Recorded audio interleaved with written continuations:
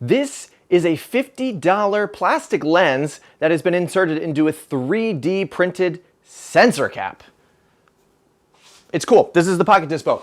This is the Pocket Dispo. Like I said, 50 bucks. It's a constant like f11, and it's going to give your images a quality, a look that you really can't get without it. Some of you guys are wondering, hey, well, why the hell am I gonna put a $50 plastic cheapo lens on my $3,000 camera? And the reason you do this is, why not? That's really my reason anyway. Why would you not do it? If you're looking for a unique look, that is something that only lenses bring, right? Sensors are all built to create like a clean capture of the image that's coming through the lens. The lens itself is what actually has personality.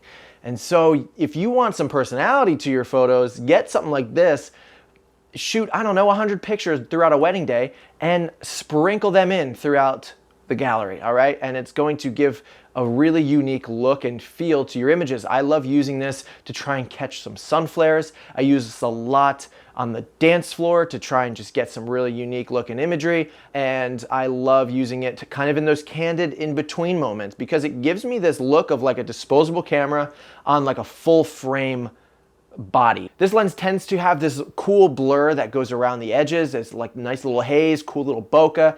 And you're gonna wanna, at least from my opinion, try and center out your subject. Otherwise, they're gonna fall into that blurry area in your image and be really out of focus. But it might not matter because I personally believe that not every image needs to be tack sharp. I don't know why we feel that needs to be a thing, but I think it's okay if some images are a little bit blurry or a little soft. I think there's still emotion in that. So this is just another tool you can use to try and create emotion, to resonate with your clients, to make them feel something, and to get your voice across in your photography. And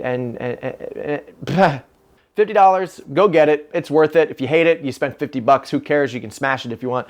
But yeah, cool little lens. Give it a try and let me know what you think.